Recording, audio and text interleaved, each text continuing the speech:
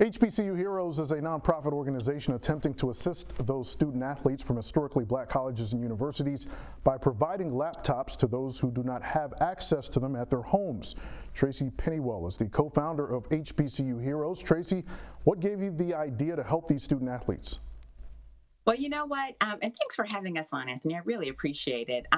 We, first and foremost, just want to say that for all of the first responders out there and for everyone out there who's shut in at home and going through this COVID-19 with us, I mean, it's a really, really, really out of this world place, I guess, right now. Absolutely. But for us, it's something else. Never seen anything quite like it.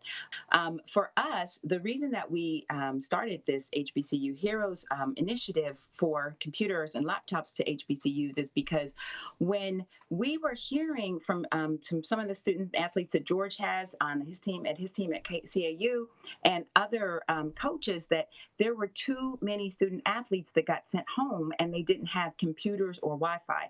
And we might not be able to do anything about the Wi-Fi, but the computers is a serious issue. And we didn't want athletes to fail out or get incompletes or not get good grades, a lot of whom are getting 3.0 or higher GPAs right now before they got out of school. So we jumped in because we figured somebody had to do something, so we did.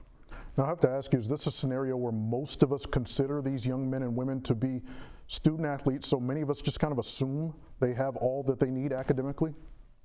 I'm glad you asked that because, working with George, I've known George since college. I was at Carolina when he was playing too. And when you have athletes like that who are at PWIs and the UNCs and UCLAs and those schools, obviously you think, well, of course they have everything they need. It's a totally different story when it comes to HBCUs. A lot of HBCUs are underfunded. They've gone through budget cuts, and the COVID-19 has increased the underfunding at HBCUs. So many of them were not even able to send these students home with laptops.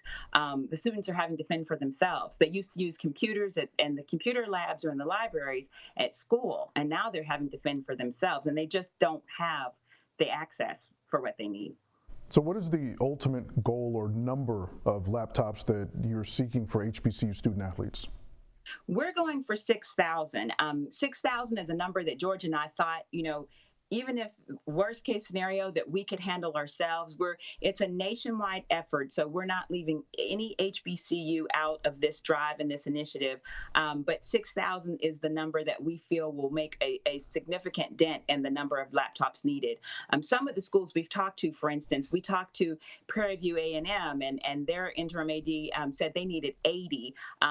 There's other schools that need 40, 50. We're about to give A&T some. Their student athletes needed some too. It's across the entire spectrum of HBCU. Student athletes are needing these devices just to continue their working at home.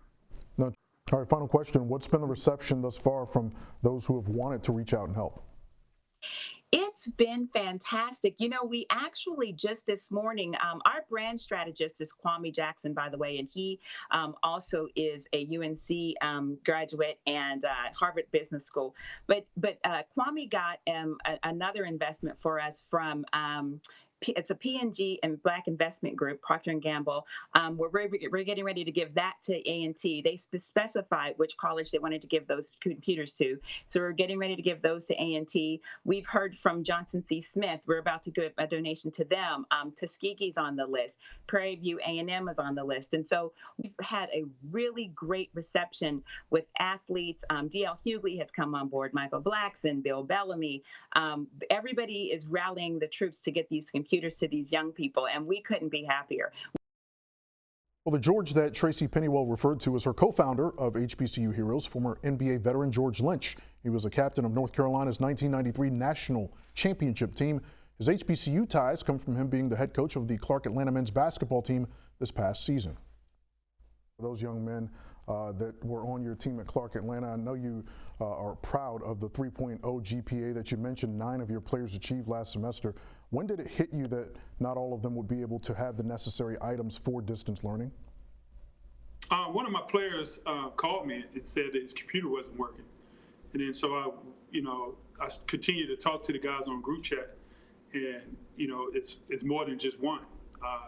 Some student athletes go home, they don't have Wi-Fi in their house.